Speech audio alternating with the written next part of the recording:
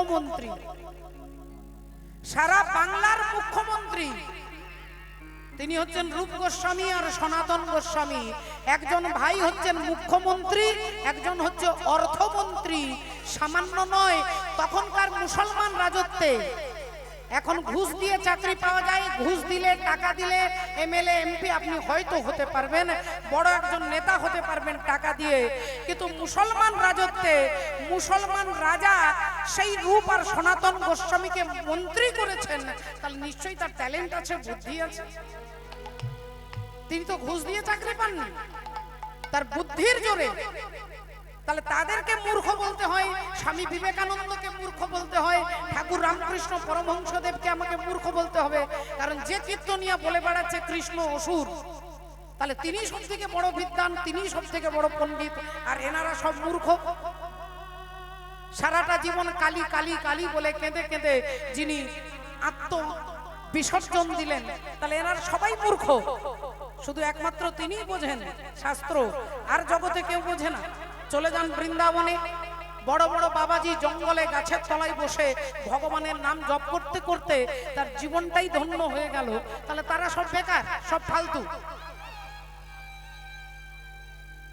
যিনি এই কথাটা বলেন যে কৃষ্ণ অসুর, কৃষ্ণ ভগবান নন, আমি অনুরোধ করে ইউটিউব চ্যানেলের মাধ্যমে বলছি, আপনারা যারা যারা শুনেছেন, যারা যারা জানেন, যারা যারা কথাটা লক্ষ্য করেছেন, আমি আপনাদের হরিবাসরে চ্যালেঞ্জ করে বলছি, এই ইউটিউব চ্যানেল আজকের কথাটা রেকর্ড করবে, আমি এই কথাটা ঘুরিয়ে কখনো হাত জোড় করে বলবো না যে আমার ভুল হয়ে গেছে। আপনারা দোল পূর্ণিমা জানেন, দোল পূর্ণিমার আগের দিনটাকে চাচর বলা হয়, ন্যাড়া পোড়া বলানো হয়, বিশাল কাঠ জোগাড় করে আগুন লাগিয়ে পোড়ানো হয়। সেই দিনটাতে আজকে আমার কথাটা মনে করে রেখে দিন, সময় অনেক আছে, অনেক সময় আছে এখনো। দোল পূর্ণিমা এই কয়েক মাস, মাত্র কয়েক দিন আগে পেরোলো।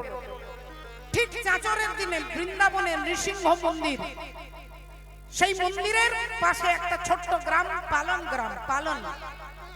সেখানে এখনো পর্যন্ত দেখতে পাবেন, যারা ভগবানকে বিশ্বাস করেন না, মানেন না, যারা যুক্তি, যারা তর্ক পছন্দ করেন, দেখে আসবেন ওখানে পূজারী 40 দিন উপবাস করে থাকে, 40 দিন এক ফোঁটা জল খায় না। আর তিনি অগ্নিদেবের কাছে পারমিশন নেন যে এবার ওই কাঠের মধ্যে ওখানে গাদা গাদা এরকম এই স্টেজটার মতো, এই স্টেজটার মতো বিরাট বড় উঁচু করে কাঠ ঘুটে গোবর খড় দিয়ে একটা গাদা তৈরি করা হয়। সেখানে আগুন দেবার আগে অগ্নিদেবের কাছে পারমিশন নেয়, যে অগ্নিদেব তাকে পারমিশন দেয় কি করে বুঝবেন? অগ্নিদেব এসে দাঁড়াবে, বলে না ওই আগুনটার মধ্যে হাত দেবে, আর হাত দিলেও আগুনটা তাপ লাগবে না, তখনই জানবে যে অগ্নিদেব অনুমতি দিচ্ছে। সেই আগুনটা এনে ওই কাঠের খড়ের গাদাতে লাগিয়ে, আর ওইখানে প্রহ্লাদ কুণ্ড আছে, ওই প্রহ্লাদ কুণ্ডে স্নান করে ওই সাধু বাবা তিনি কি করে না, ওই আগুনের মধ্যে 19 পা হেঁটে হেঁটে যাবে, 19 পা হেঁটে আগুনটাকে পার হবে। তার শরীরে যত লোম আছে একটা লোমও পুড়বে না, এরপরেও বলবেন ভগবান মিথ্যে। আমি তো এতদিন আগে বলে রাখছি, শুধু দিনটা মনে রাখবেন। দিনটা হচ্ছে দোল পূর্ণিমার আগের দিন। Lakh lakh MLA MP BDO, বড় বড় প্রচার কেন্দ্র, বড় বড় চ্যানেল যায় সেখানে শুধুমাত্র ঐতিহ্যটাকে দর্শন করবার জন্য, যে আগুনের মধ্য দিয়ে হাঁটছে অথচ আগুন পুড়ছে না, তাহলে এটা ঈশ্বর কৃপা। বৃন্দাবনে এমন কোন লন্ডন আমেরিকায় আপনাদের বলিনি যে আপনারা যেতে পারবেন না। বৃন্দাবনের নৃসিংহ মন্দিরে পাশে গ্রামের নাম পালন গ্রাম, সেই গ্রামে 40 দিন এক ফোঁটা জল না খেয়ে ভগবানের আরাধনা করবে। ঠিক অগ্নিদেব পারমিশন দেবে, আগুন লাগানো হবে, আগুনে 19 পা হেঁটে সাধু বাবা যাবে, তার দেহের একটা লোম পর্যন্ত পুড়বে না। এটা হচ্ছে হিন্দু সনাতন ধর্ম। বল ওই 2 টাকার কীর্তনিয়া উল্টো পাল্টা কথা বলবে আর আপনারা প্রভাবিত হয়ে যাবেন। ভগবানকে ভালোবেসে দেখুন, ভগবানকে ভালোবাসুন। হিরণ্যকশিপুর দুরাচারী তার পুত্র প্রহ্লাদকে বলছে, তোর হরি থাকে কোথায়? ছোট্ট প্রহ্লাদ, 5 বছরের প্রহ্লাদ বললেন, এমন একটা জায়গা দেখাও যেখানে হরি নেই বাবা। এমন একটা তুমি জায়গা বলো যেখানে হরি নেই। হিরণ্যকশিপুর বললেন তাহলে তুই বলতে চাস তোর হরি সব জায়গায় আছে? প্রহ্লাদ বললেন এমন একটা জায়গা নেই যেখানে আমার হরি নেই। বললেন তাহলে এই স্তম্ভটার মধ্যে তোর হরি আছে? এই স্তম্ভটা কি দিয়ে তৈরি হয়েছে? ইট, সিমেন্ট, পাথর, চুন, বালি, এই একটা পিলার, একটা স্তম্ভ। বলছে এর মধ্যে আছে? প্রহ্লাদ বললেন হ্যাঁ, ওর মধ্যেও আমি ভগবানকে দেখতে পাচ্ছি। অহংকারী হিরণ্যকশিপুর গদা দিয়ে স্তম্ভটাকে মারলেন আর সেখান থেকে ভগবান প্রকট হলেন। হরি হরি বল। ভক্তের জন্য তিনি প্রকট হন। ভক্তের ভাব আপনাকে বাঁশ ঝুড়ের ভেতর থেকে ভগবান বেরিয়ে আসবে যদি আপনার ভাব থাকে, বিশ্বাস থাকে যে তুমি যদি সব জায়গায় আছো, শুধু ঠাকুর ঘরে নয়, তাহলে ঠাকুর ঘরের দরকার কি? তিনি যদি সব জায়গায় আছে, এত লাখ লাখ টাকা খরচা করে হরি মন্দির, তুলসী মন্দির, এত মন্দির করবার দরকার কি? ভগবান তো সব জায়গায় আছে। বলে ভগবান আপনার পায়খানা ঘরে বাথরুমেও আছে, কিন্তু আপনি বাথরুমে গিয়ে ফুল বেলপাতা দিয়ে, আপনি ধূপ ধুনো দিয়ে ওই বাথরুমে পুজো করে মাথাটা নোয়াতে পারবেন না। কেন? ওখানে আপনার ভক্তি জাগবে না। ভগবান ওখানেও আছে, এটাও সত্য। তিনি যেমন ঠাকুর ঘরে আছে, তিনি তেমন বাথরুমেও আছেন। কিন্তু বাথরুমে গিয়ে আপনার মাথাটা নুয়ে আপনি শ্রদ্ধা করে প্রণাম করতে পারবেন না, আপনার ভেতরে ভাব জাগবে না। এই ভাবটা জাগানোর জন্য মন্দির দরকার। এই ভাবের জন্য ভগবান দরকার। রাধে রাধে। মন্দিরে গিয়ে আপনার মনের ভাব, আপনার মন শুদ্ধ, আপনার মন আনন্দ হয়, সেখানে গেলে আপনি মাথাটা নোয়াতে পারেন। এটার জন্যই ভগবানের দরকার। ভগবানের জন্য মন্দির নয়, আপনার ভক্তির জন্য মন্দির দরকার হয়। হরি বল। তারে ডাকলে নাকি পাওয়া যায়, আমি শুনেছি কানে। তারে ডাকলে নাকি পাওয়া যায়, শুনেছি কানে।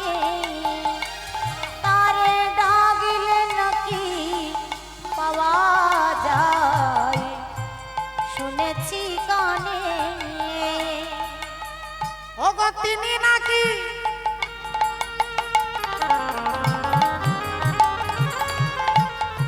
দয়াল হরি,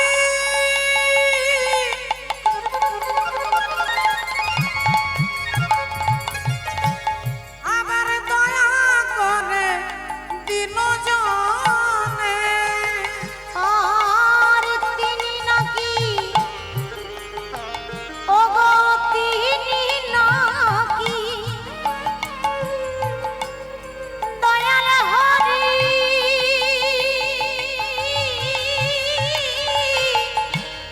দয়া করে দিন জনে। তারে ডাকলে নাকি পাওয়া যায়, শুনেছি কানে। তারে ডাকলে নাকি পাওয়া যায়, শুনেছি কানে। আরে ডাকার মতো ডাকতে হবে, ডাকার মতো ডাকতে হবে। ওগো নইলে হরি কেন আসিবে। তারে ডাকার মতো ডাকিতে হবে। বলি নইলে হরি কেন আসিবে। ডাকার মতো ডাকিতে হবে, নইলে হরি ওগো কেন আসিবে। তারে ডাকার মতো ডাকতে হবে। নইলে হরি কেন আসিবে। ডাকার মতো ডাকতে হবে। বলো নইলে হরি কেন আসিবে। ডাকার মতো ডাকতে হবে। নইলে হরি কেন আসিবে। ডাকার মতো ডাকতে হবে। নইলে হরি কেন আসিবে। ডাকার মতো ডাকতে হবে। সত্যি বাবা ঠাকুর ভক্তিমতী মায়ের। তাহলে তাকে ডাকার মতো একটু সাউন্ডটা ভাই একটু বাড়িয়ে দাও। জয় রাধে, জয় রাধে, জয় রাধে, রাধে শ্যাম। শ্রদ্ধেয় বাবা ঠাকুর ভক্তিমতী মায়ের।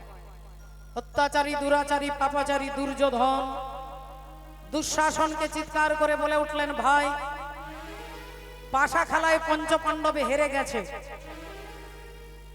পঞ্চপাণ্ডব পাশা খেলাতে হেরে গেছে। এখন আমরা যা ইচ্ছে তাই করতে পারি, কারণ আমরা জিতেছি।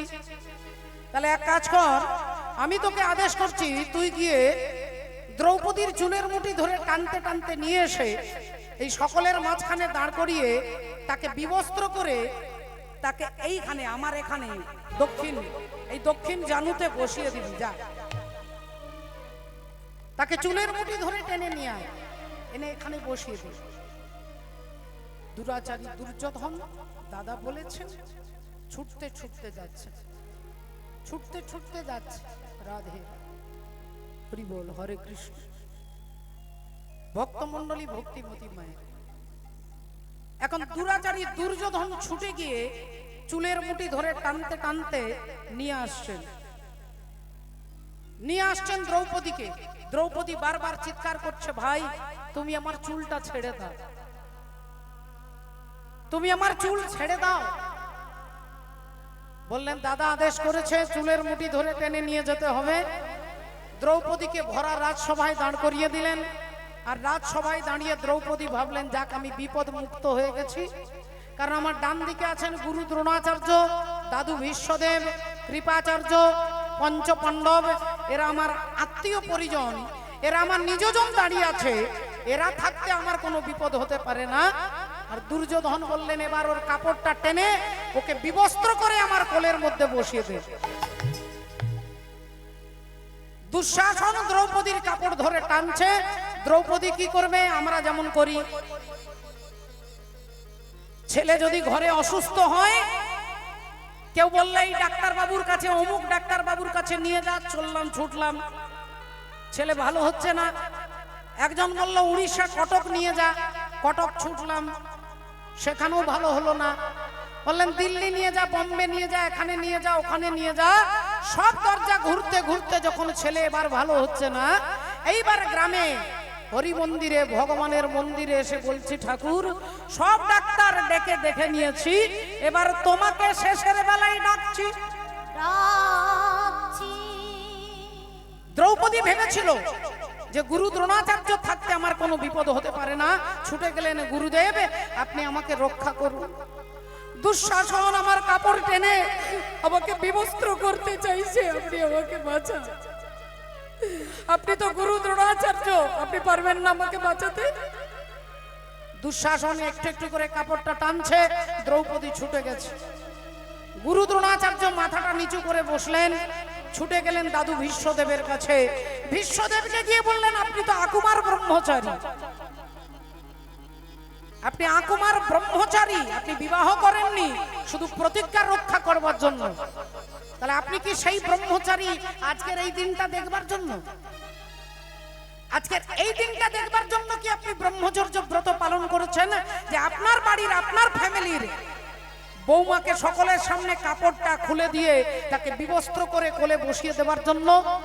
আমি ধিক্কার জানাচ্ছি আপনার বীরত্বে, আমি ধিক্কার জানাচ্ছি আপনার ব্রহ্মচর্যে। দাদু ভীষ্মদেব মাথাটা নিচু করে নিলেন। শ্রদ্ধেয় ভক্তমণ্ডলী, ভক্তিমতী মায়েরা, ভীষ্মদেব পারতেন না। কুরুক্ষেত্রের যুদ্ধে এমন কোন বীর ব্যক্তি নেই যে যিনি ভীষ্মদেবের সঙ্গে যুদ্ধ করতে পারে, এত ক্ষমতা কারণ নেই। সেই ভীষ্মদেব চাইলে দুঃশাসনকে বধ করতে পারতেন না, এত বড় অন্যায় বাড়ির বউয়ের প্রতি। কিন্তু ভীষ্মদেব মাথাটা নিচু করে বসে রইলেন কেন? না, ভীষ্মদেব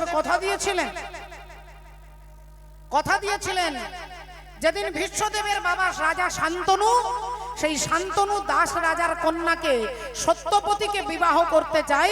সত্যবতীর বাবা দাস রাজা বললেন, আমার মেয়েকে তখনই বিয়ে দেব যখন আমার মেয়ের ছেলে রাজা হবে। আমার মেয়ের ছেলে যখন ছেলে হবে, সেই ছেলেটা যাতে হস্তিনাপুরের রাজা হয়, এটা যদি স্বীকার করেন তাহলে আমার মেয়ের সঙ্গে আপনাকে বিয়ে দেব। রাজা শান্তনু বললেন, এটা হতেই পারে না, কারণ আমার বড় ছেলে দেবব্রত, দেবব্রতের নামই হচ্ছে ভীষ্ম, আমার বড় ছেলে দেবব্রত আছে, আমি ছেলেকে থাকতে আপনার মেয়ের ছেলেকে রাজা করব কেন? বললেন তাহলে বিয়ে হবে না। রাজা শান্তনু ফিরে চলে গেলেন মনে দুঃখ নিয়ে, ব্যথা নিয়ে। যখন ছেলে ভীষ্মদেব জানতে পারলেন, ছুটে এলেন দাস রাজার কাছে, বললেন আমি আপনাকে কথা দিচ্ছি আপনার মেয়েকে আমার বাবার সঙ্গে বিয়ে দেন। বললেন বিয়ে তখনই হবে যখন আমার মেয়ের ছেলে আমার নাতি হবে রাজা।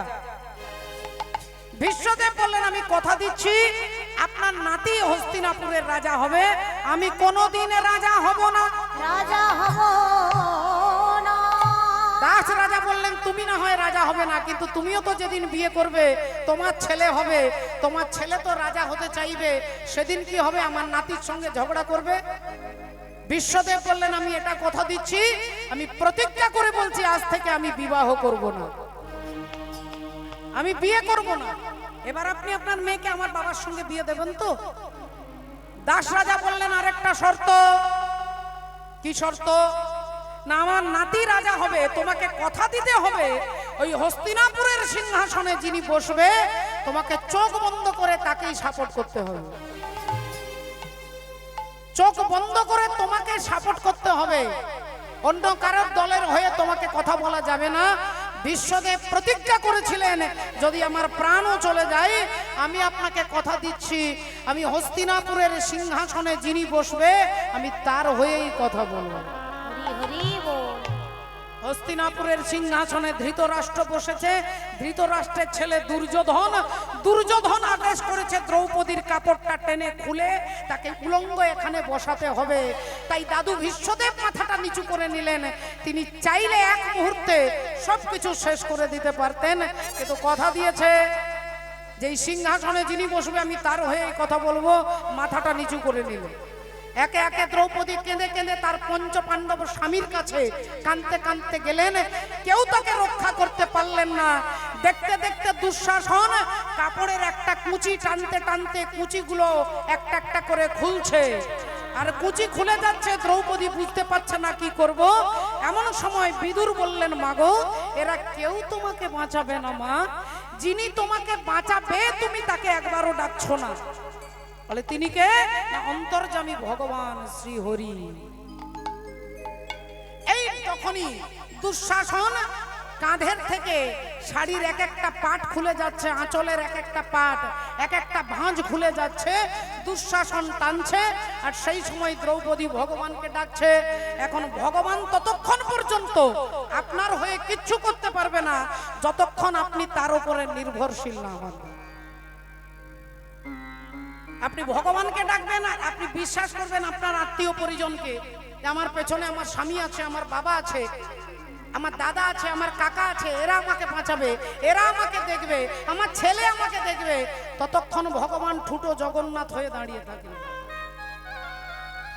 যে তুমি যার প্রতি ভরসা করছো আগে তিনি তোমাকে দেখুক। তুমি যখন আমার প্রতি ভরসা হবে, আমার প্রতি ডিপেন্ডেন্ট হবে, তখন আমি তোমার হয়ে কাজ করব।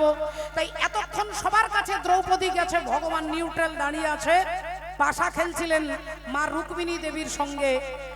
একটা করে গুটি ফেলে দিচ্ছে, একবার করে গেটের কাছে ছুটে যাচ্ছে, আবার ছুটে আসছে, আবার পাশার গুটিটা ফেলছে, আবার ছুটে যাচ্ছে। রুক্মিণী দেবী বললেন স্বামী এত ছুটছেন, আসছেন, যাচ্ছেন, বলি ব্যাপারটা কি? ভগবান বললেন আসলে আমার বান্ধবী বিপদে পড়ে গেছে। কে আপনার বান্ধবী? না দ্রৌপদী আমার বান্ধবী। দুঃশাসন তার কাপড় ধরে টান দিচ্ছে, আর সবাই দাঁড়িয়ে আছে, তার এক একটা শাড়ির ভাঁজ খুলে যাচ্ছে। রুক্মিণী দেবী বললেন তাহলে আপনি কেমন বন্ধু, আপনি তাকে বাঁচান। ভগবান বললেন সে যে আমাকে একবারও ডাকছে না, আমি তো চাইছি তাকে বাঁচাতে, কিন্তু সে তো আমাকে ডাকছে না। আর এদিকে দ্রৌপদী অসহায়, তার আর করার কিছু নেই। এই তখনই হাত তুলে চিৎকার করে বলছে হে দ্বারকাধীশ, দ্বারকা সে আকার মেরি লাজ রাখো। হে দ্বারকার অধিপতি, দ্বারকা থেকে এসে আমার লজ্জা নিবারণ করো, দ্বারকা থেকে এসে আমার লজ্জা নিবারণ করো। কাহা ছুপ গয়ে মেরে प्यारे कन्हैया, यहाँ लाज मेरी लुटी जा रही है, यहाँ लाज मेरी लुटी जा रही है।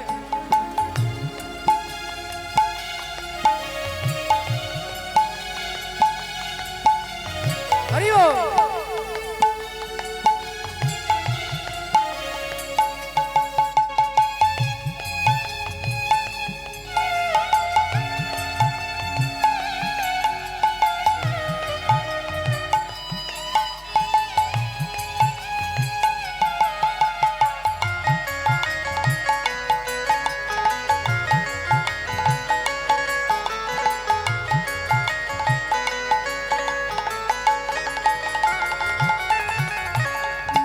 कहाँ छुप गए मेरे प्यारे कन्हैया, कहाँ छुप गए मेरे प्यारे कन्हैया, यहाँ लाज मेरी लुटी जा रही है, यहाँ लाज मेरी लुटी जा रही है।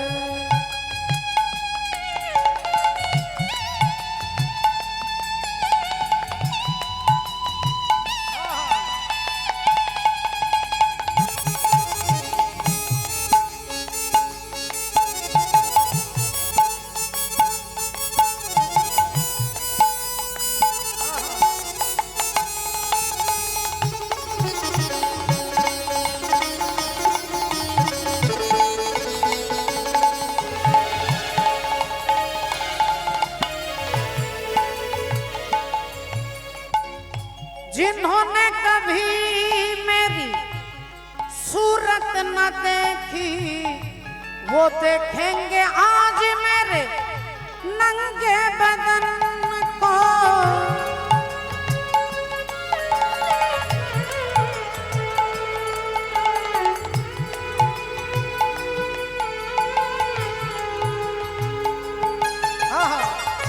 जिन्होंने कभी मेरी सूरत न देखी वो देखेंगे आज मेरे नंगे बदन को, क्योंकि जुए में पति मेरी हार है बाजी, महलों की रानी लुटी जा रही है, महलों की रानी लुटी जा रही है।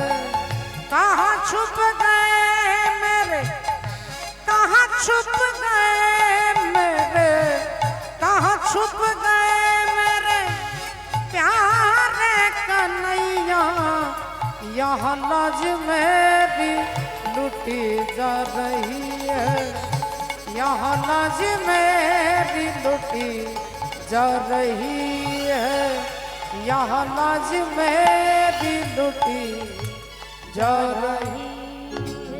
মাননীয় ভক্তমণ্ডলী ভক্তিমতী মায়েরা দ্রৌপদী চিৎকার করে ডাকছে, হে দ্বারকাধিপতি, দ্বারকা থেকে এসে আমার লজ্জা নিবারণ করো, দ্বারকাধিপতি, দ্বারকা থেকে এসে আমার লজ্জা নিবারণ করো, দ্বারকাধিপতি, দ্বারকা থেকে এসে আমার লজ্জা নিবারণ করো। বারবার একটা কথাই রিপিট করছে, দ্বারকা থেকে এসে লজ্জা নিবারণ করো। ভগবান সেই সময় দ্বারকার রাজা, তাই দ্রৌপদী বলছে দ্বারকা থেকে এসে তাড়াতাড়ি আমার লজ্জা নিবারণ করো। একবার নয়, দুবার নয়, পাঁচবার নয়, 10 বার নয়, 16 বার বলেছে। আর 16 বার বলার পরে ভগবান শ্রীহরি দ্রৌপদীকে কাপড় দিচ্ছেন, দ্রৌপদীকে কাপড় দিচ্ছেন। আর এত কাপড় দিলেন যে দুঃশাসন টানতে টানতে টানতে টানতে সকাল থেকে দুপুর, দুপুর থেকে বিকেল, বিকেল থেকে সন্ধে দুঃশাসন অজ্ঞান হয়ে পড়ে গেছে, কিন্তু কাপড় টেনে আর শেষ করতে পারছেন না বাবা। সেই কাপড়টা কে? না, কাপড় হচ্ছেন পরমাত্মা হরি।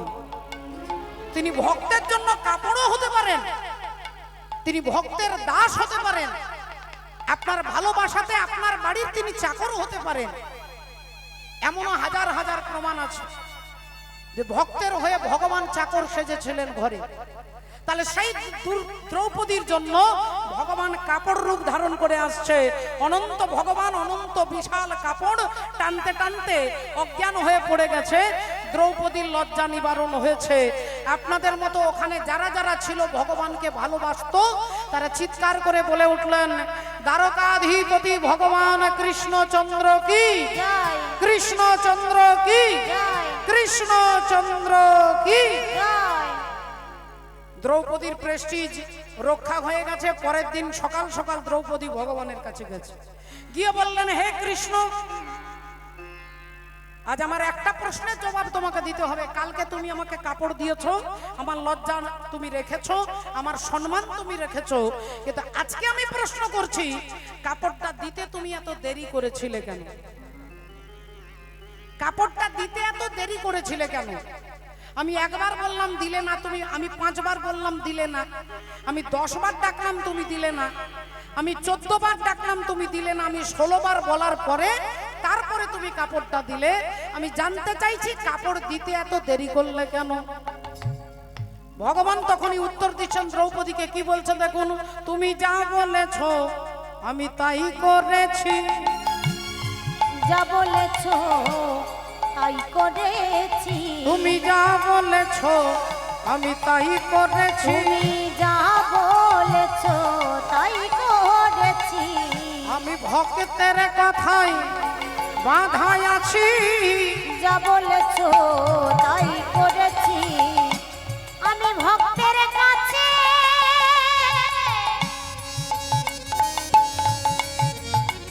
আমি বাধায় আছি। তুমি যা বলেছো তাই করেছি। আমি ভক্তের কাছে বাধায় আছি। যা বলেছো তাই করেছি। ভক্তের কাছে বাধায় আছি। যা বলেছো তাই করেছি। ভক্তের কাছে বাধায় আছি। হরিও। তাই করেছি। ভক্তের কাছে বাধায় আছি। তুমি যা বলেছো তাই করেছি। শ্রদ্ধেয় বাবা ঠাকুর ভক্তিমতী মায়েরা যেই এ কথা বলেছে, দ্রৌপদী একটু রেগে গিয়ে বলে উঠলো, আমি কি তোমাকে বলেছিলাম যে আমি 16 বার ডাকবো তারপরে তুমি কাপড় দেবে? তুমি ডাহা মিথ্যে কথা বলছো যে আমি যা বলেছি তুমি তাই করেছো। আমি কেঁদে কেঁদে তোমাকে ডেকে ডেকে হাল্লা হয়ে যাচ্ছি, আর তুমি এত দেরি করলে কাপড়টা দিতে, এখন আবার বলছো যা বলেছো তাই করেছি। ভগবান বললেন, দ্রৌপদী, গতকালকে যখন দুঃশাসন তোমার কাপড়টা টেনে ধরেছিল তুমি আমাকে কি বলে ডেকেছিলে? বললেন, আমি একা বলবো না, এখানে যারা যারা আছে সবাই শুনতে পেয়েছে, সবাই জানে যে কালকে আমি বলেছিলাম, হে দ্বারকাধিপতি, দ্বারকা থেকে এসে আমার লজ্জা নিবারণ করো। ভগবান বললেন, দ্রৌপদী, তুমি যখন একবার বলেছিলে আমি তখনই কাপড়টা নিয়ে হস্তিনাপুরেই ছিলাম, আমি কাপড়টা দেবার জন্য হাতটা বাড়িয়েছি, কিন্তু তুমি একটাই কথা বারবার রিপিট করছো, দ্বারকা থেকে এসে লজ্জা নিবারণ করো, দ্বারকা থেকে এসে লজ্জা নিবারণ করো। আমি ভাবলাম দ্বারকা না গেলে মনে হয় তুমি কাপড়টা নেবে না, তাই তোমার কথা রাখতে গিয়ে আমি হস্তিনাপুরেই ছিলাম, আমি ছুটে গেলাম দ্বারকা, আবার দ্বারকা থেকে হস্তিনাপুর, এই যেতে আর আসতে এর মধ্যে তোমার 16 বার বলা হয়ে গেছে। যদি কেউ মনে করো যে আমি শুধু বৃন্দাবনে থাকি, তাহলে 24 পরগনা এই বারুইপুর আসতে ভগবানের সময় লাগবে বল। আর যদি আপনি মনে করেন যে তিনি সব জায়গায় আছে, প্রহ্লাদের মতো আপনিও যদি ভাবতে পারেন যে সব জায়গায় আছে, তিনি এখানেও আছে ওখানেও আছে, আপনার ভাব আপনার লাভ হবে। হরি বল। দ্রৌপদী ভাবছে কৃষ্ণ দ্বারকার রাজা, দ্বারকা থেকে এসে আমার লজ্জা নিবারণ করবে, আর ভগবান বলছে আমি ওইখানেই ছিলাম, তোমাকে কাপড়টা দিতে যাচ্ছিলাম, কিন্তু তুমি যদি বারবার বলো দ্বারকা থেকে এসে লজ্জা নিবারণ করো, তাহলে তোমার কথা রাখতে গিয়ে আমাকে দ্বারকা ছুটতে হলো, আবার আসতে হলো, তাই এর মধ্যে তোমার 16 বার বলা হয়ে গেছে। ভক্তিমতী মায়েরা, তাই ভগবান আপনাদের মতো অনুরাগী ভক্তকে ধরা দিতে কলিযুগ পাবন অবতার গৌর সুন্দর হয়ে এলেন। একবার উলুধ্বনি হবে সবাই মিলে, নিতাই গৌর প্রেমানন্দ। হরি হরি বল। আরে গৌর গৌর বলে রে, গৌর গৌর বলে রে, নবদ্বীপে চলে রে, নবদ্বীপে চলে রে। তালি তালে তালে। গৌর গৌর বলে রে, নবদ্বীপে চলে রে। জয় গৌর প্রাণে গৌর গৌর গৌর বলে রে, গৌর গৌর বলে রে, গৌর গৌর বলে রে, গৌর গৌর বলে রে, গৌর গৌর বলে রে, গৌর গৌর বলে রে, নবদ্বীপে চলে রে, নবদ্বীপে চলে রে, গৌর গৌর বলে রে, নবদ্বীপে চলে রে। জয় গৌর প্রাণ গৌর গৌর গৌর বলে রে, গৌর গৌর বলে রে। জয় গৌর প্রাণে গৌর গৌর গৌর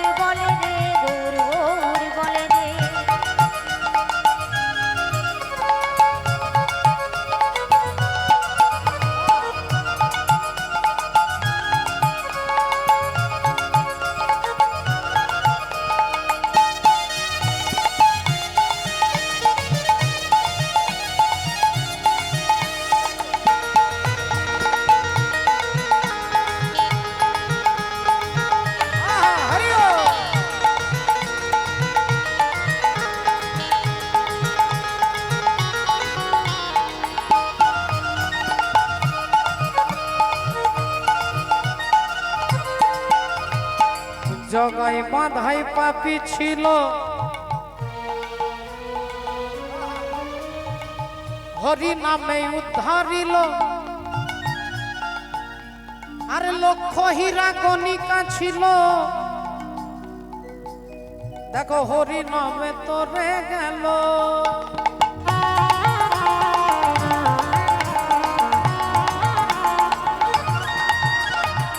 জগাই বাঁধাই বাধাই পাপি ছিল,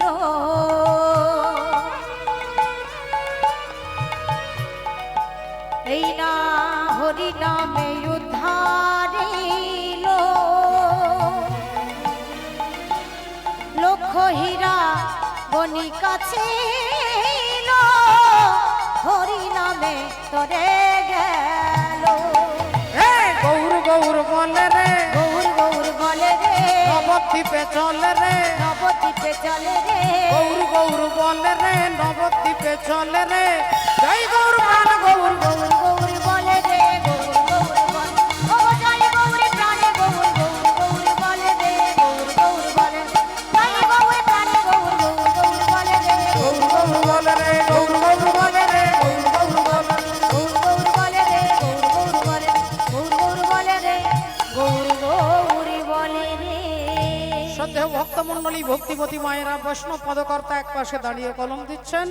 দাপরে নন্দের ঘরে কৃষ্ণ অবতার, তারপরে নন্দের ঘরে কৃষ্ণ অবতার, তারপরে নন্দের ঘরে কৃষ্ণ অবতার। আপনি করিলা প্রভু অসুর সংহার। আপনি করিলা প্রভু অসুর সংহার, আপনি করিলা প্রভু অসুর সংহারে। সচির উদরে এবে জন্ম নদিয়াতে, চির উদরে এবে জন্ম নদিয়াতে। আরে কলি যুগের জীবী সব নিস্তার করিতে, কলিযুগের জীব সব নিস্তার করিতে, কলিযুগের জীব সব নিস্তার করিতে। বাসুদেব ঘোষ কহে মনে করি আশা। বাসুদেব ঘোষে কহে মনে করি আশা, দেব ঘোষে কহে মনে করি আশা। গৌরপদ দন্ত মনে করিয়া ভরসা, গৌরপদ দণ্ড মনে করিয়া ভরসা, গৌরপদ দণ্ড মনে করিয়া ভরসা। তাই আজ গৌরপদ দন্ত মনে করিয়া ভরসা। গৌরপদ দণ্ড মনে করিয়া ভরসা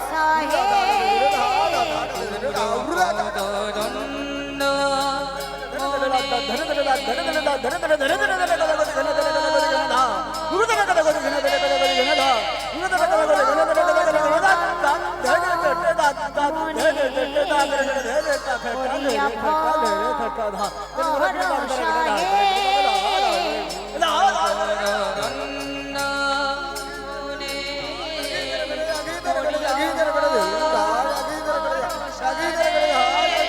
গৌরপদ দণ্ড মনে করিয়া ভরসা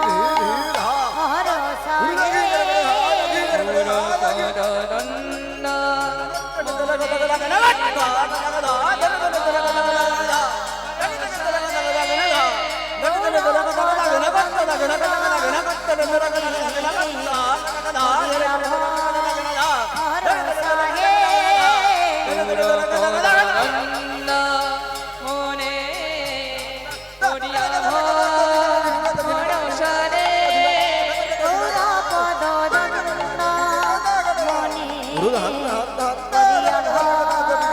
ভরসা হে। গৌরপদ দণ্ড মনে করিয়া ভরসা হে। গৌরপদ দণ্ড মনে করিয়া ভরসা হে। গৌরপদ দণ্ড মনে করিয়া ভরসা হে। গৌরপদ দণ্ড মনে করিয়া রাধে গৌরপদ দণ্ড মনে করিয়া ভরসা হে। হরি গৌরপদ দণ্ড সকল সাধুগুরু ভক্তবৃন্দের চরণে আমি আমার দণ্ডবোধ প্রণাম জানিয়ে এতক্ষণ মহাপ্রভু চরণ আশ্রয় করেছিলাম। আজকে আমরা ভজনের মধ্য দিয়ে সেই পালার মধ্যে প্রবেশ করব। আমরা দেখব তত্ত্ব, আমরা দেখব তথ্য, আমরা সামাজিক শিক্ষা, আমরা সিদ্ধান্ত আস্বাদন করব, আমরা জানবো, আমরা শুনবো। তার পূর্বে একটু ভজনের মধ্য দিয়ে আমরা তাকে স্মরণ করে নেব। মায়েদের চরণে, সকলের চরণে বিনম্র নিবেদন এবং প্রার্থনা।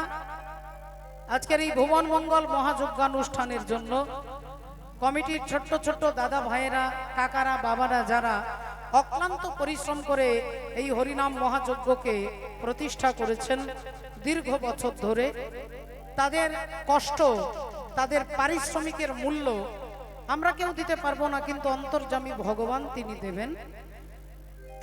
তারা আপনাদের কাছে ভিক্ষার আঁচল নিয়ে যাবে। আমি আমার তরফ থেকে গোবিন্দ চরণে 1001 টাকা গোবিন্দ চরণে আমার তরফ থেকে রইল। আপনারা যতটুকু পারবেন সেই ভিক্ষার আঁচলে তুলে দেবেন। শুধু মনে রাখবেন, শ্রদ্ধা করে দেবেন, আপনার দেওয়াটা সার্থক হয়ে যাবে।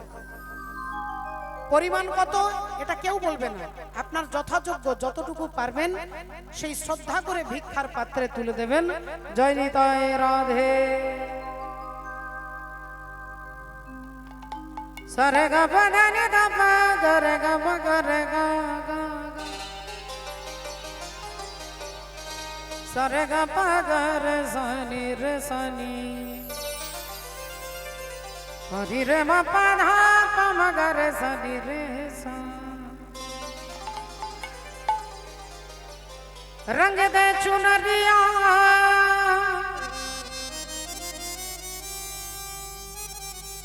रंग दे चुनरिया रंग दे चुनरिया और रंग दे रंग दे रंग दे रंग दे रंग दे रंग दे रंग दे रंग दे और रंग दे चुनरिया।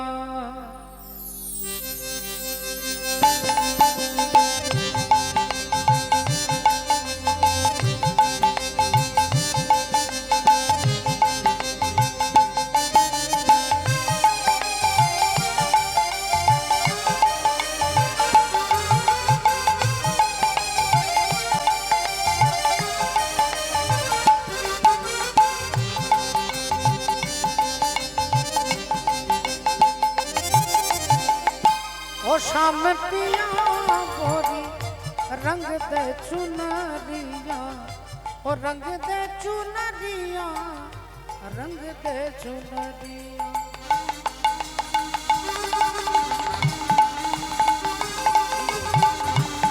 राधे राधे राधे।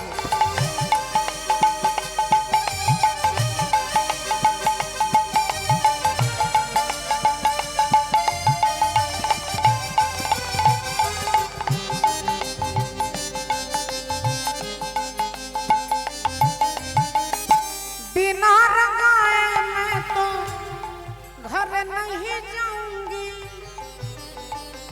हरे कृष्ण। जय राधे। मॉनिटरे बाड़िए दाओ भाई, मॉनिटर है। बिना रंगाए मैं तो घर नहीं जाऊंगी, हो बीती ही जाए चाहे,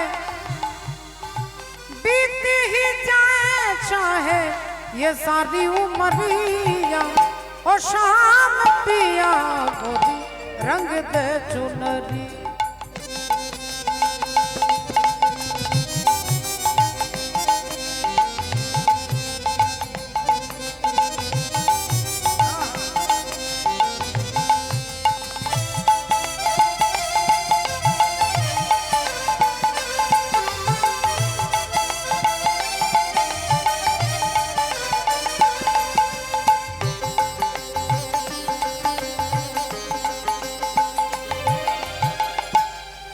रंग दे क्या रंग नहीं नहीं नहीं छूटे।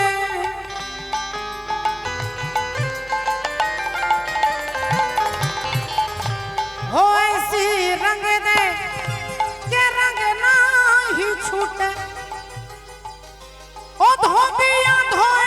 चाहे धोबिया धोए चाहे ये सारी उमरिया ओ शाम पिया रंग दे चुनरिया ओ शाम पिया मोरी रंग दे चुनरिया ओ रंग दे चुनरिया ओ रंग दे चुनरिया रंग दे चुनरिया ओ रंग दे चुनरिया रंग दे चुनरिया रंग दे चुनर रंग दे रंग दे रंग दे रंग दे रंग दे रंग दे रंग दे रंग दे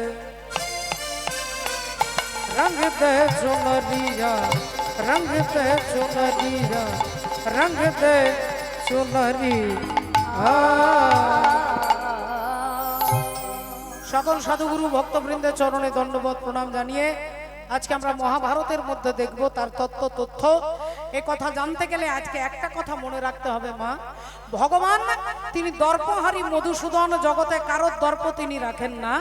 ভগবান শ্রীকৃষ্ণের 108টা নামের মধ্যে একটা নাম হচ্ছে দর্পহারী মধুসূদন।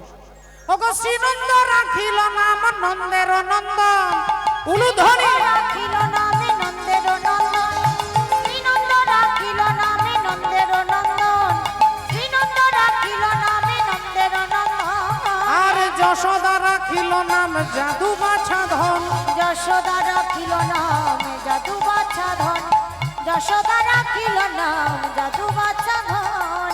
উপানন্দ নাম রাখে সুন্দর গোপাল, উপানন্দ নামে রাখে সুন্দর গোপাল। আর ব্রজবালক নাম রাখে ঠাকুর রাখাল, ব্রজ বালক নামে রাখে ঠাকুর রাখাল, ব্রজ বালক নামে রাখে ঠাকুর রাখাল। পশুপতি নাম রাখে গরুর মহাবীর, পশুপতি নামে রাখে গরুর মহাবীর, পশুপতি নামে রাখে গরুর মহাবীর। হ্যাঁ, আর দর্পহারী নাম রাখে অর্জুন সুধীর, দর্পহারী নামে রাখে অর্জুন সুধীর, দর্পহারী নামে রাখে অর্জুন সুধীর।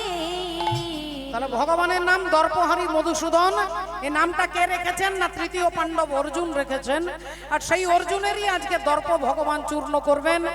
তার কারণটা কি, কেন হলো অহংকার, কিভাবে চূর্ণ করবেন, তার তথ্য ইতিহাস আমরা জানতে গেলে আজকে ভগবান শ্রী গোবিন্দের কাছে চলে যাব।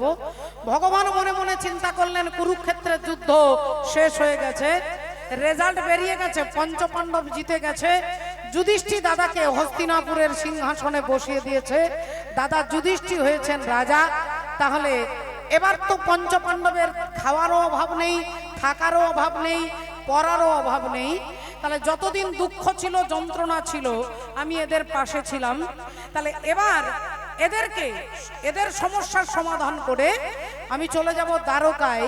কিন্তু যাওয়ার আগে সবার কাছে বিদায় নিয়ে যেতে হবে তো। তাই সকাল থেকে সমস্ত ভক্তের সঙ্গে দেখা করতে করতে রাত্রিবেলা হয়ে গেছে।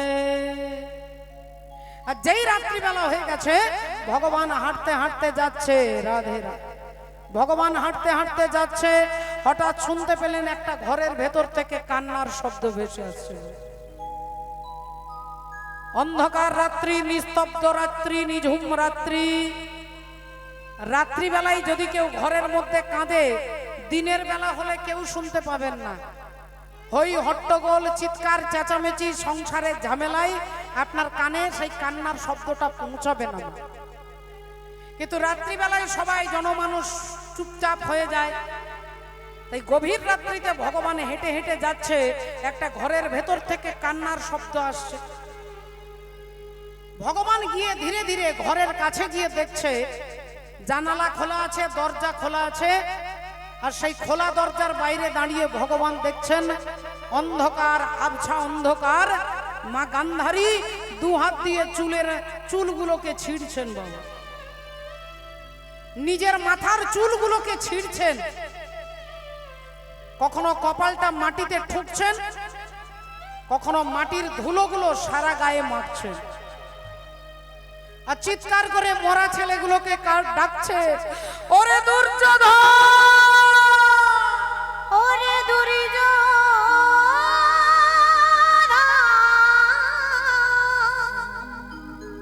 ওরে দুঃশাসন,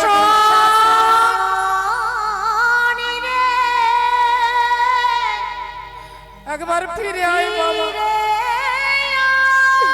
একবার ফিরে আয়, ফিরে আয়। ফিরে একবার ফিরে আয় বাবা। মরা ছেলেগুলোকে চিৎকার করে মা গান্ধারী যাচ্ছে। ভক্তমণ্ডলী ভক্তিমতী মায়েরা, মা গান্ধারী কাঁদছে আর ছেলেগুলোকে ডাকছে মা। একজন মায়ের যদি সন্তান হারিয়ে যায়, একটা নয় দুটো নয় 100টা ছেলে, সেই মায়ের কি করুণ পরিস্থিতি আপনারা এখানে যারা মায়েরা বসে আছেন তারা সবাই অনুভব করতে পারবে। ও মা, মা গান্ধারী কেঁদে কেঁদে ডাকছে দুর্যোধনকে, পরাণের দুর্যোধন রে, এ, ওই আমি কোন বা দেশে যাব তোর লাগিয়া। পরাণের দুর্যোধন রে,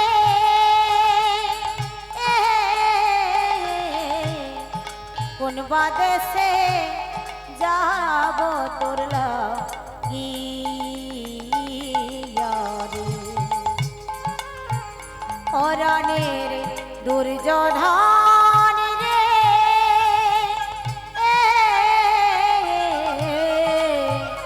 ওই আমি কোন বাদেশে যাব তোর লাগিয়া রে। আমার দেহে আর প্রাণ রবে না রে,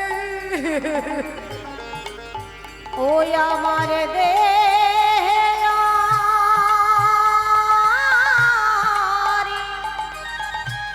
প্রাণী রবে না রে। আমি কোন বাদেশে যাব তোর লাগিয়া রে। পরাণের দুর্যোধন রে, কোন বাদেশে যাব তোর লাগিয়া রে। ওরে বাপ দুর্যোধন, বনে যদি আগুন লেগে যায় সবাই দেখতে পাই বাবা, বনের গাছপালা দাউ দাউ দাউ দাউ করে জ্বলে, সবাই দেখতে পায়, কিন্তু আমার মনের মধ্যে যে আগুন লেগেছে সেই আগুন কেউ দেখতে পাচ্ছে না, এই আগুনটা কেউ দেখতে পাচ্ছে না। ওরে বনের আগুন সবাই দেখে, মনের আগুন দেখে না। আর যে ফুল শুকায়ে গেছে কেউ মনে রাখে না রে, মনে রাখে না। ওরে বনের আগুন সবাই দেখে, মনে আগুন দেখে না। যে ফুল শুকায়ে গেছে কেউ মনে রাখে না, মনে রাখে না। আমার দেহে আর প্রাণ রবে না রে, ওই আমার দেহে আর ওরে খোকা রে,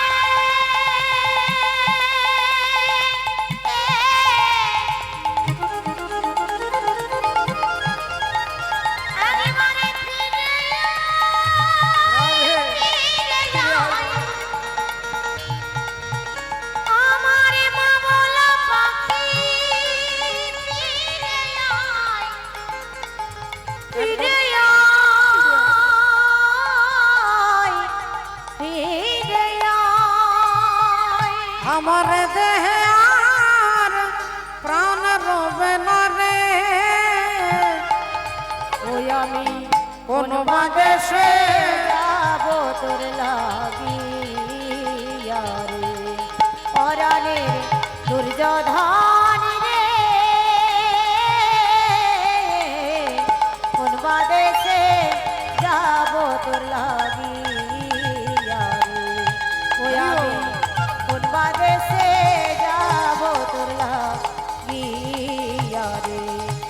আমি কোন বাদেশে যাব তোলা গিয়া রে।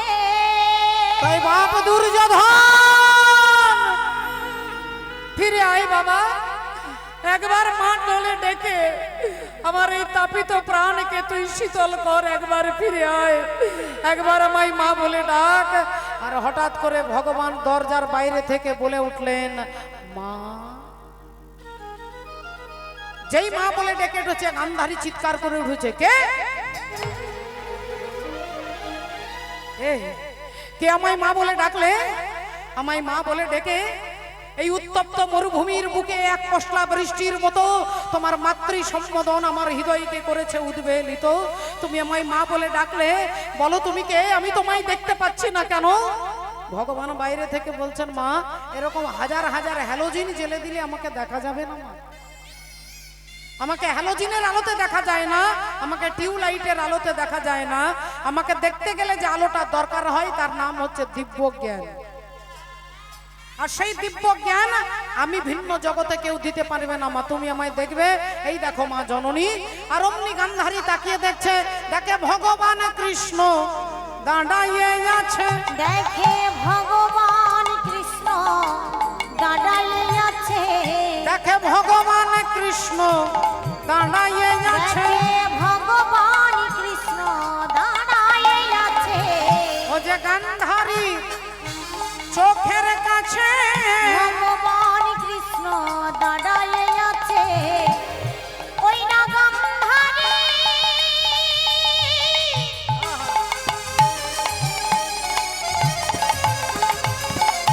চোখের কাছে ভগবান কৃষ্ণ দাঁড়াইয়ে আছে। ও গান্ধারী চোখের কাছে ভগবান কৃষ্ণ দাঁড়াইয়ে আছে।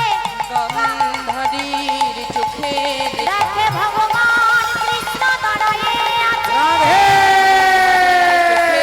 কাছে ভগবান কৃষ্ণ দাঁড়াইয়ে আছে। গান্ধারীর চোখের আহা কাছে ভগবান কৃষ্ণ দাঁড়াইয়ে আছে। গান্ধারীর চোখের দেখে ভগবান কৃষ্ণ দাঁড়াইয়ে আছে।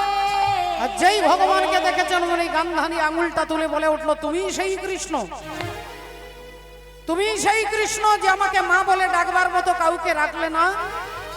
তুমি সেই কৃষ্ণ যে আমার বংশে বাতি দেওয়ার জন্য কাউকে রাখলে না। তুমি সেই কৃষ্ণ যে আমার বংশকে ধ্বংস করে দিয়েছো। তাই কৃষ্ণ এই রাতের অন্ধকারে সন্তান হারা জননী গান্ধারী আজ আমি তোমাকে অভিশাপ দিচ্ছি। আজ আমি তোমাকে অভিশাপ দিচ্ছি, তুমি যেমন আমার বংশে বাতি দিতে কাউকে রাখলে না, একদিন আমার মতো তোমার বংশ ধ্বংস হয়ে যাবে। একদিন আমার মতো তোমার বংশ ধ্বংস হয়ে যাবে। এ কথা যেই বলেছেন ভগবান একগাল মিষ্টি হেসে বললেন, মা তোমার অভিশাপ আমি মাথায় তুলে নিলাম। আমি তোমার অভিশাপ মাথায় তুলে নিলাম জননী। আমি কথা দিচ্ছি আমার বংশে বাতি দিতে কেউ থাকবে না। কিন্তু হেই মা গান্ধারী, তোমার একটাও ছেলেকে কিন্তু আমি মারিনি মা। তোমার একটাও ছেলেকে আমি মারিনি। राम किसी को मारे नहीं, ऐसा नहीं राम अपने आप मर जाते हैं करके बुरा काम। ভগবান বললেন আমি মারিনি, মেরেছে তাদের কর্ম। তুমি ভুলে গেছো মা, পুত্র শোকে তুমি ভুলে গেছো যেদিন কুরুক্ষেত্রের যুদ্ধ শুরু হবে তার 1 ঘন্টা আগে তোমার ছেলে দুর্যোধন তোমাকে প্রণাম করতে গিয়েছিল আর তোমার পায়ে হাত রেখে বলল, মা আমাকে আশীর্বাদ করো আমি যেন যুদ্ধে জয়লাভ করতে পারি।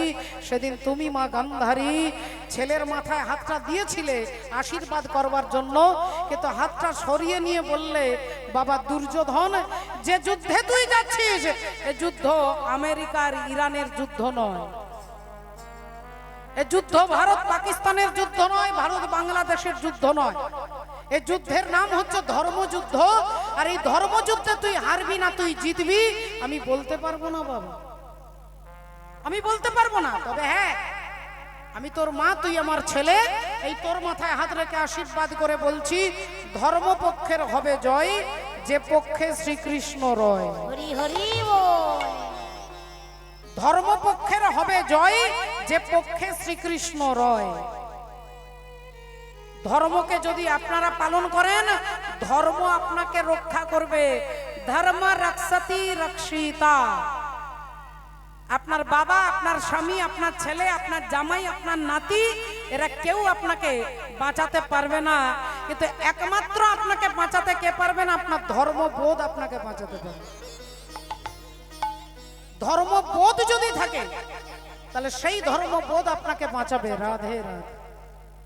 ভক্তিমতী মায়েরা, মনের মধ্যে সন্দেহ নিয়ে নয়, ভগবানের কথা যদি বিশ্বাস করে শোনেন তাহলে এই বিশ্বাস একদিন আপনাকে কাজ দেবে। বাবা ঠাকুর আজ থেকে 250 থেকে 300 বছর আগে কোনো ব্যাংক ছিল না, এটিএম ব্যবস্থা ছিল না। তখনকার দিনে যদি কেউ তীর্থে যেত, ধরুন আপনারা 24 পরগনা বারুইপুর থেকে বৃন্দাবনে যাবেন, তাহলে এখান থেকে বৃন্দাবনে যাবেন, আপনাকে টাকা পয়সা নিয়ে যেতে হবে। আপনি বৃন্দাবনে কোনো দান করবেন, ভক্ত সেবা দেবেন, কোনো মন্দিরের জন্য দেবেন, নিজে খাওয়ার জন্য, কিছু কেনার জন্য আপনাকে তো টাকা নিয়ে যেতে হবে। তা আপনি যে টাকা নিয়ে যাবেন, এখন তো আপনার সবকিছু মোবাইলেই টাকা থাকে, আপনাকে পকেটে টাকা নিয়ে যেতে হবে না। কিন্তু তখন তো তা ছিল না। তখনকার দিনে কি করতো না, বাবা ঠাকুর আপনি যে টাকাটা নিয়ে যাচ্ছেন সেটা কোনো একটা গ্রামে হুন্ডি ব্যবস্থা ছিল। হুন্ডি হুন্ডি হুন্ডি মানে আপনি 5000 টাকা নিয়ে যাচ্ছেন, ওই 5000 টাকা ওই গ্রামে যিনি হুন্ডি চালাতো, আপনি গিয়ে তাকে 5000 টাকাটা দিলেন, আপনি বললেন এই 5000 টাকা আমি বৃন্দাবনে যাতে পেতে পারি, আপনি তার ব্যবস্থা করে দিন।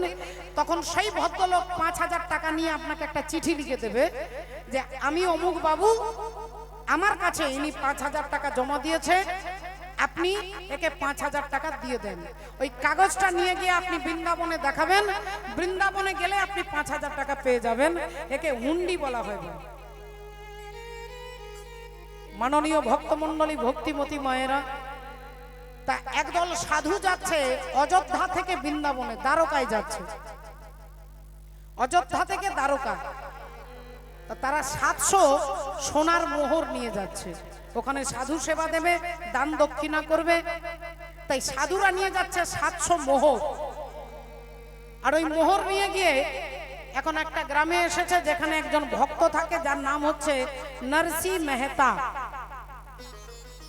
নরসি মেহতা বলে একজন ভক্ত, তিনি এমনই ভক্ত যে সারা দিনে ভগবানের নাম ছাড়া আর তিনি কিছু জানতেন না। তার পেছনে হাজার হাজার শত্রু, যারা নাম করে, যারা ভগবানকে বিশ্বাস করে, আপনাকেই হাজার হাজার লোক আছে আপনাকে টোন কেটে কথা বলবে। তুই তুলসীর মালা পরেছিস, তুই তিলক করেছিস, হরি হরি হরি হরি বল, তুই চৈতন্য রেখেছিস, আপনার পেছনে 10 জন শত্রু ঘুরে বেড়াবে। আর যিনি সমাজের প্রকৃত ক্ষতি করছে তাকে দেখলে হাত জোড় করে নমস্কার করবে। নরসি মেহতা গোটা গ্রামের লোক তাকে দেখতে পারতো না, সে সারাদিন হরিনাম করে বলে, দুটো করতাল বাজিয়ে ভগবানের নাম করে। এখন সেই সাধুরা এসে ওই গ্রামে এসে বলছে, আচ্ছা আমরা 700 মোহর সোনা নিয়ে যাচ্ছি, কিন্তু আমরা তো গোটা রাস্তা নিয়ে যেতে পারবো না, চোর থাকবে, ডাকাত থাকবে, আমাদের পয়সাগুলো কেড়ে নেবে, আমরা তখন ওখানে গিয়ে বিপদে পড়বো। তাহলে এখানে কোনো হুন্ডির ব্যবস্থা আছে, যিনি আমাদের 700 মোহর রেখে কাগজ দেবে, আর ওই কাগজটা অযোধ্যায় গেলে, সেখানে গেলে কোনো মহাজনের কাছে গেলে এই টাকাটা ওখানে পাওয়া যাবে।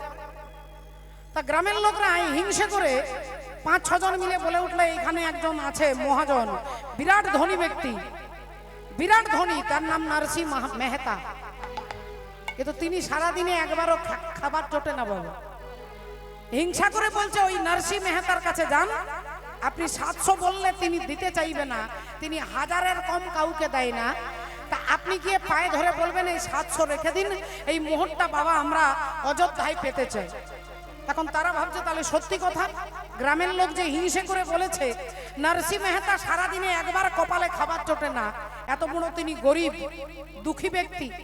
এখন ওই 7 জন সাধু এসে নরসিংহ মেহতার কাছে একবারে আছাড় খেয়ে পড়েছে, বাবাজি বাবা আমাদের কাছে 700-র বেশি নেই বাবা, তুমি এই 700 মোহর একটু রেখে আমাদেরকে ওই চিঠিটা লিখে দাও, আমরা অযোধ্যায় গিয়ে সেই 700 মোহর এখান থেকে ওখানে তুলে নেব। নরসিংহ মেহতা বলছে, কি বলছেন আপনারা? আরে আমি তেমন কোনো ব্যক্তি নই, গ্রামের লোক আগেই বলে দিয়েছিল যে উনি পায়ে ধরবে, বারবার বলবে আমি ওরকম ব্যক্তি নই, কিন্তু উনি বিরাট বড় লোক, বিশাল ধনী ব্যক্তি। এখন সাধুরা জোর করে পায়ে ধরে কান্নাকাটি করছে, নরসিংহ মেহতা বারবার তাদেরকে প্রণাম করছে, বারবার চরণ ধুলি মাথায় নিচ্ছে আর বলছে, বাবা আমার কাছে 1 টাকাও নেই। না, আপনি মিথ্যে কথা বলছেন, আপনি একটা চিঠি লিখে দিন, হুন্ডি লিখে দিন। এখন বারবার পায়ে ধরে সাধুরা যখন কাঁদছে, বললেন ঠিক আছে আপনারা 2 দিন আমার ঘরে থাকুন, আমি হুন্ডি লিখে দেবো। এবার ওই 2 দিনে 700 মোহর খরচা করে চাল ডাল চিনি ঘি আটা বেসন সব এনেছে, আর হাজার হাজার ভক্তদেরকে নেমন্তন্ন করে ওই 700 মোহর খরচা করে সাধুদের সেবা দিয়ে দিয়েছে। 1 টাকাও রাখেনি, 700 মোহর খরচা করে সাধুদের সেবা দিয়ে দিয়েছে। এখন ঠিক তার পরের দিন সকালবেলায় তিনি কাকে চিঠি লিখছেন না, দ্বারকাধিপতি ভগবান কৃষ্ণকে। ভগবান কৃষ্ণকে চিঠি লিখছে যে এরা আমাকে 700 মোহর দিয়েছিল, আমি জানি ব্রাহ্মণ কাদের মুখ থেকে খায়, ব্রাহ্মণ খায় হরি বল, ভগবান কার মুখ থেকে খায়? ব্রাহ্মণের মুখ থেকে খায়, অগ্নির মুখ থেকে খায়, গাভীর মুখ থেকে খায়, আর সাধুদের মুখ থেকে খায়। ভগবান ডাইরেক্ট আপনার আসনে বসে থালা গ্লাসে জল আপনি দিলে হয়তো ভগবান নাও খেতে পারে, কিন্তু ওই খাবারটা যদি আপনি কোনো সাধু মহাত্মাকে কোনো ভক্তকে খাওয়াতে পারেন, ভক্তের মুখ দিয়ে ভগবান সেবা করে। আপনি ভাবছেন আমার গ্রামে কাউকে শ্রদ্ধা হচ্ছে না, আমার ব্রাহ্মণকেও ভালো লাগছে না, ব্রাহ্মণ অনাচারী হয়ে গেছে, কাউকে ভালো লাগছে না, তাহলে আমি কাকে খাওয়াবো? তাহলে যিনি আপনার সঙ্গে কোনোদিন ব্যভিচার করবে না তিনি হচ্ছে গাভী মাতা। আপনি 1 থালা খাবার নিয়ে গিয়ে গাভী মাতাকে খাওয়াবেন, এখানে গাভীকে খাওয়াবেন, ওখানে গোবিন্দের সেবা হয়ে যাবে। আপনি যজ্ঞ করবেন, অগ্নিতে ঘি ঢালবেন, ওখানে ভগবানের সেবা হবে। আপনি ব্রাহ্মণকে সেবা দেবেন, এখানে ব্রাহ্মণ খাবে, ওখানে ভগবানের সেবা হবে। এখন নরসিংহ মেহতা জানে যে ভক্তের মুখ দিয়ে ভগবান সেবা করে, হাজার হাজার ভক্তকে নেমন্তন্ন করে খাইয়ে দিয়েছে, খরচা হয়ে গেছে সব টাকা। এবার পরের দিন চিঠি লিখে দিয়েছে দ্বারকাধিপতিকে যে আমি এনারা এসেছেন, এই 700 মোহর আমি খরচা করে তোমার ভক্তদেরকে খাইয়ে দিয়েছি। চিঠিটা নিয়ে তারা চলে গেছে দ্বারকায়। দ্বারকায় গিয়ে সবাইকে জিজ্ঞাসা করছে যে নরসিংহ মেহতার হুন্ডি নিয়ে এসেছি, এখানে কোনো মহাজন আছে? এখানে কোনো দ্বারকাধিপতি বলে কোনো মহাজন আছে?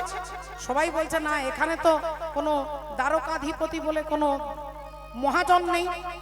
না, নরসিংহ মেহতার চিঠি দেখাচ্ছে, বলে নরসিংহ মেহতাকে আমরা চিনি না, বাস্তবে তাকে কেউ চেনে না, তিনি তো গরিব ব্যক্তি, ভিক্ষা করে আর করতাল বাজিয়ে নাম করে।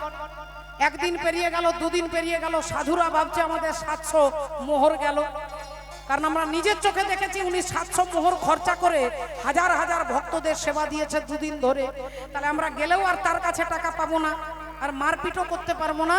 এই কপাল চাপড়ে চাপড়ে রাত্রিবেলায় ঘুমোচ্ছেন যে হায় হায় হায় আমাদের সব গেল। আর অমনি রাত্রিবেলায় ভগবান শ্রী হরি অন্তর্যামী শ্রী গোবিন্দ তিনি সেজেছেন, মাথায় পাগড়ি বেঁধেছেন, সুন্দর করে ধুতি পাঞ্জাবি পরে, আর ওই সাধুদের কাছে হাত জোড় করে দাঁড়িয়েছেন। আপনার কি নরসিংহ মেহতার লোক কি আপনারা? বললেন আগে হ্যাঁ আমরা নরসিংহ মেহতার লোক, আমরা ওনাকে 700 মোহর দিয়ে এসেছি। বলে আসুন আসুন আসুন। তাদেরকে 700 কেন, 1000 মোহর দিয়েছে, আর 1000 মোহর দিয়ে তাদেরকে সেবা করেছে, তাদেরকে খাইয়েছে, তাদেরকে এক একটা করে সোনার হার দিয়েছে, সবার গলায় এক একটা সোনার হার, সুন্দর কাপড় ধুতি উত্তরীয় সব দান করেছে। আনন্দে তাদেরকে 7 দিন সেবা করিয়ে তারপর তারা সেই দ্বারকা থেকে ঘুরে আবার অযোধ্যায় ফিরে যাবে। এখন ফিরে যাওয়ার পথে ভাবছে একবার নরসিংহ মেহতার সঙ্গে দেখা করে আসে। আর দূর থেকে নরসিংহ মেহতা যখনই দেখছে সাধুরা আসছে, ইনি ভাবছে তাহলে এবার আমাকে মারবে, কারণ আমি তো ওসব হুন্ডি কিছুই জানি না। আর যেই ওনারা এসেছে কাছে, নরসিংহ মেহতা ভয়ে কিছু বলতে যাবে, তার আগেই সবাই পায়ে আছাড় খেয়ে পড়েছেন। বললেন বাবা আপনার মহাজন ওই দ্বারকাধিপতি তিনি আমাদের এত ভালো ব্যবহার করেছে, আমাদেরকে 1000 মোহর দিয়েছে, একটা করে গলায় সোনার চেন দিয়েছে। আপনার কৃপাতে আমরা 7 দিন কোনো খরচা হয়নি। উনি আমাদেরকে খাইয়েছেন, উনি আমাদেরকে শোয়ার বিছানা দিয়েছেন, উনি আমাদের এত যত্ন করেছেন। বলেছেন নার্সি মেহতা আমার খুব কাছের লোক, আমি তাকে খুব ভালোবাসি, তাই আপনারা যখন ওর লোক তাই আপনাদেরকে এত ভালোবেসেছি। এই বলে যেই পায়ে পড়েছে নার্সি মেহতা ঠাকুর ঘরে গিয়ে কেঁদে কেঁদে বলছে, ঠাকুর আমি তো কিছু জানি না, আমি সরল বিশ্বাসে শুধু ভক্তের সেবা করেছি, আর তুমি আমার মর্যাদা রক্ষা করেছো ঠাকুর, তুমি আমার মর্যাদা রক্ষা করেছো। আমি যাতে মিথ্যাবাদী না হয় তার জন্য তুমি দ্বারকাধিপতি সেজে, তুমি জমিদার সেজে এদেরকে সেবা করেছো, তুমি 1000 মোহর দিয়েছো। দয়াময়, তুমি ভক্তকে এত ভালোবাসো। নার্সি মেহতা কাঁদতে কাঁদতে গিয়ে সাধুদের পায়ে ধরছে। সাধুরা বলছে, না না না না না না, ছি ছি ছি, কি করছেন আপনি? নার্সি মেহতা বলছে, আপনাদেরকে ভগবান আলিঙ্গন দিয়েছে, আপনাদেরকে ভগবান সেবা করেছে, তাই ভগবান যাদেরকে সেবা করে আমি তার চরণ জড়াইয়ে ধরি, আমি তার চরণ আমি জড়াইয়ে ধরি, তার চরণ জড়াইয়ে ধরি। আমি ভক্ত বড় ভালোবাসি, তার চরণ জড়াইয়ে ধরি, ভক্ত বড় ভালোবাসি। তাই ভক্ত ডাকলে কাছে আসি, আমি ভক্ত বড় ভালোবাসি, ভক্ত ডাকলে কাছে রাধে তো বড় ভালোবাসি, আমি ভক্ত বড় ভালোবাসি। নিতাই গৌর প্রেমানন্দে। আমি ভক্ত বড় ভালোবাসি, তো ডাকলে কাছে আসি। আমি তার চরণ জড়াইয়ে ধরি। ভক্তের মর্যাদা রক্ষা করতে ভগবান ওখানে দ্বারকাতে ভক্তের সেবা করছেন। দেখুন, আপনার হয়েও করতে পারে, আপনার হয়েও করতে পারেন, আমার হয়েও করতে পারেন, যদি তাকে আমরা সেইভাবে ভালোবাসতে পারি। তাই মা গান্ধারীকে বলছেন, মা তোমার ছেলেগুলোকে আমি মারিনি। গান্ধারী দুর্যোধনকে বলছে, ধর্মপক্ষের হবে জয়, যে পক্ষে শ্রীকৃষ্ণ রয়। তাই গান্ধারী দেবীর দেওয়া অভিশাপ মাথায় নিয়ে ভগবান হাঁটতে হাঁটতে আসছে। এদিক থেকে ভগবান আসছে, এদিক থেকে অর্জুন যাচ্ছে ভগবানকে দেখা করবার জন্য। অর্জুন যাচ্ছে এদিক থেকে, ভগবান আসছে এদিক থেকে। অর্জুন ভগবানের নাম গাইতে গাইতে আসছে। একবার চিৎকার করে বলবো, বলো ভগবান কৃষ্ণচন্দ্র কি, জয় बोलो राधा रानी की। জয় तेरे मर्जी का मैं हूँ गुलाम, ओ मेरे अलबेले राम तेरे मर्जी का।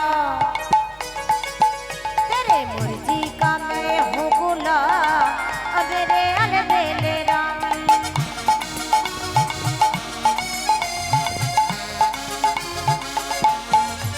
तेरे मर्जी का मैं हूँ गुलाम, अब मेरे अलबेले राम।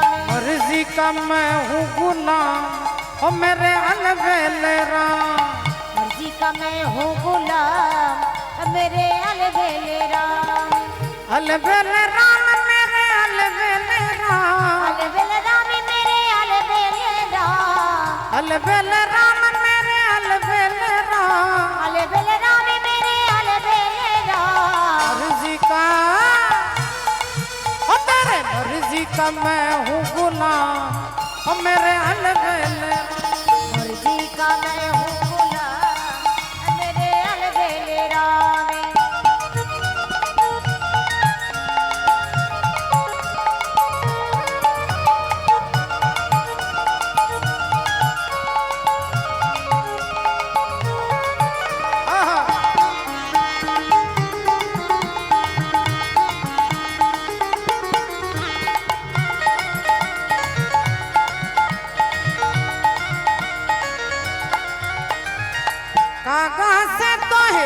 हंस बनाए, कागा से तो है हंस बनाए, कागा से तो है हंस बनाए, कागा से तो है हंस बनाए।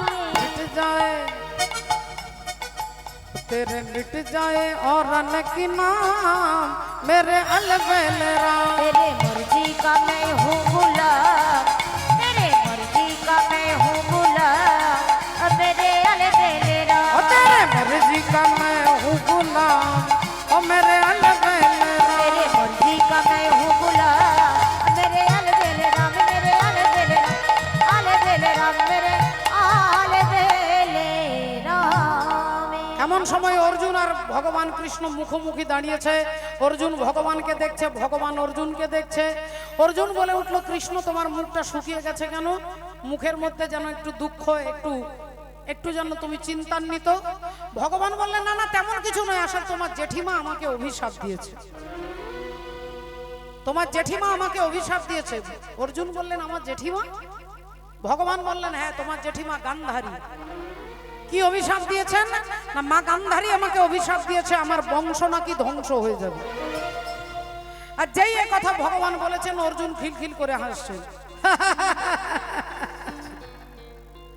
ভগবান বললেন, অর্জুন তুমি হাসলে কেন? তোমার জেঠিমা আমাকে অভিশাপ দিল আর তুমি খিলখিল করে হাসছো। অর্জুন বললেন, তাহলে শোনো কৃষ্ণ, আমি কেন হাসলাম জানো? ওই কুরুক্ষেত্রের মাঠে একজন মা, তিনি আমাকেও অভিশাপ দিয়েছিল।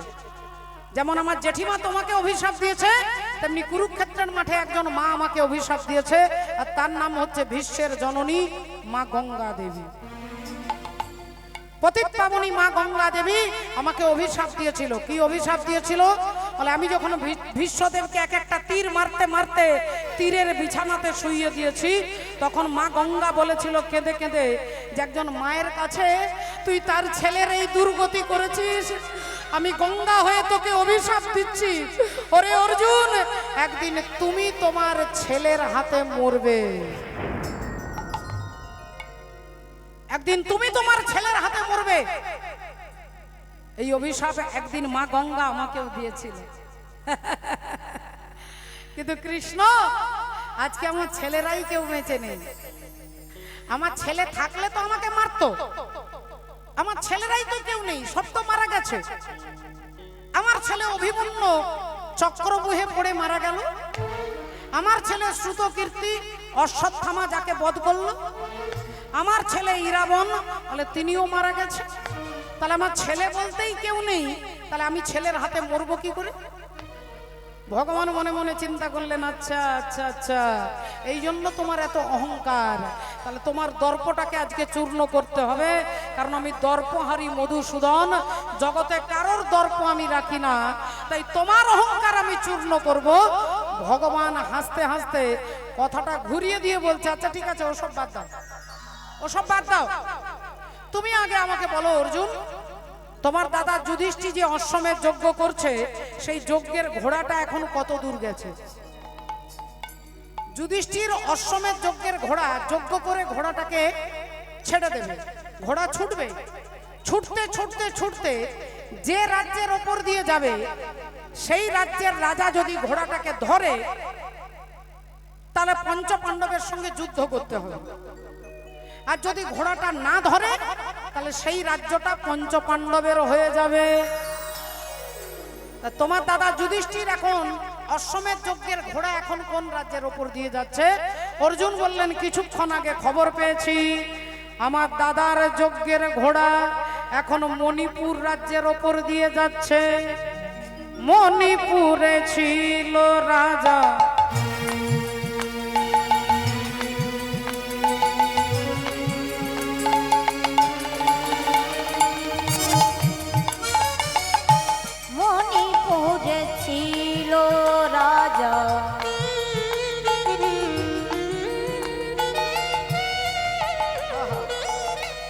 বব্রু বাহন না,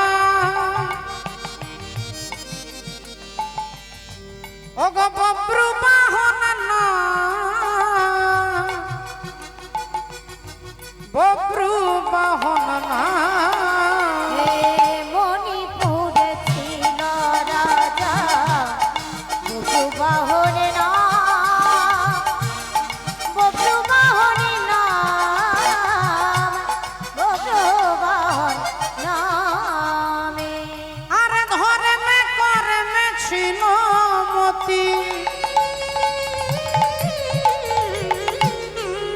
রাজা অতি গুণবান, অতি গুণবান। আর ধর্মে কর্মে ছিল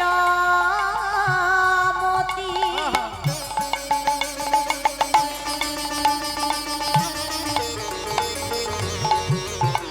রাজা অতি গুণবান, অতি গুণবান। এ মণিপুরে ছিল রাজা বব্রু বাহন না, ওগ বব্রু বাহন না, বব্রু বাহন না। এ মণিপুরে ছিল রাজা বব্রু বাহনে না,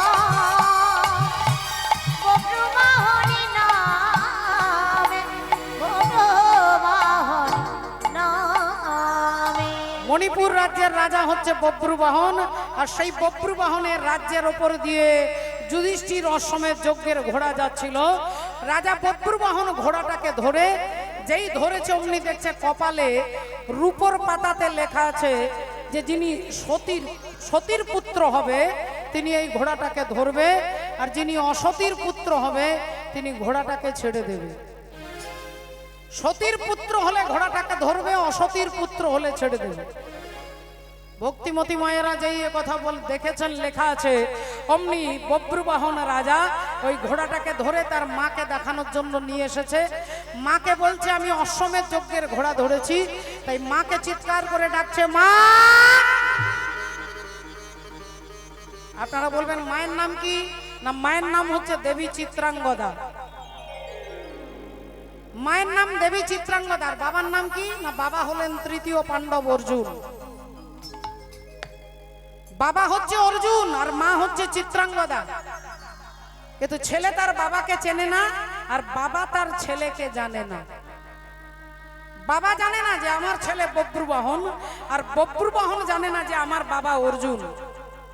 এবার তাহলে আপনারা মায়েরা বাবারা বলবেন যে একজন ছেলে তার বাবাকে চিনবে না, একজন বাবা তার ছেলেকে জানবে না, এর কারণটা কি? না, কারণটা জানতে গেলে যেতে হবে যেদিন অর্জুন বিবাহ করলেন মা দ্রৌপদীকে। অর্জুন বিবাহ করলেন দ্রৌপদীকে, রাধে রাধে। আর দ্রৌপদীকে বিবাহ করে হাতটা ধরে নিয়ে আসছে মাকে দেখানোর জন্য কুন্তী দেবীকে। আর কুন্তী দেবী সেই সময় মশলা বাটছে, তিনি মশলা বাটছে। ও তোদের শাক রান্না যেমন তেমন, ও তোরা ডাল ঘুটিতে শিখলি না। এটা রান্না বান্নার গান বাবা, তবে দেহ তত্ত্বের গান। ও তোদের শাক রান্না যেমন তেমন, ও তোরা ডাল ঘুটিতে শিখলি না। আর রান্না ঘরে গেলি বৌমা রান্না শিখলি না।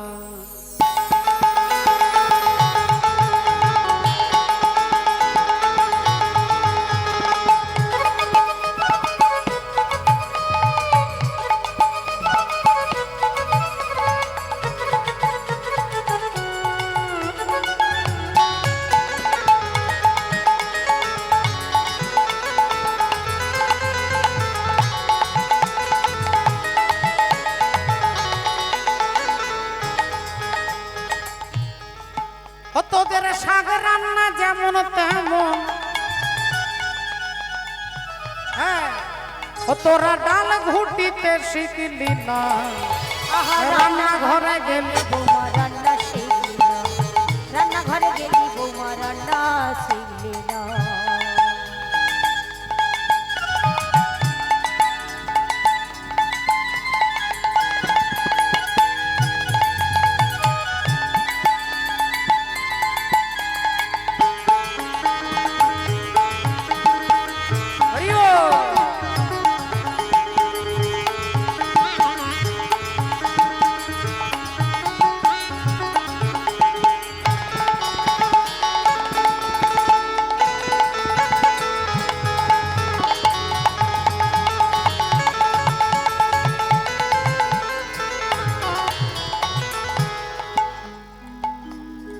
তাহলে তরকারি করতে গেলে কি কি লাগবে? বলে আদা দিয়ে, জিরা দিয়ে, হলুদ বাটিবি। আদা লাগবে, জিরা লাগবে, হলুদ লাগবে। হ্যাঁ, আদা দিয়ে জিরা দিয়ে হলুদ বাটিবি, আর নোড়াটাকে ভালোবেসে শিলে ছোয়াবি। নোড়াটাকে ভালোবেসে শিলে ছোয়াবি, নোড়াটাকে ভালোবেসে শিলে ছোয়াবি। ওগো আদা দিয়ে জিরে দিয়ে হলুদ বাটিবি। রাধে কি বলছে?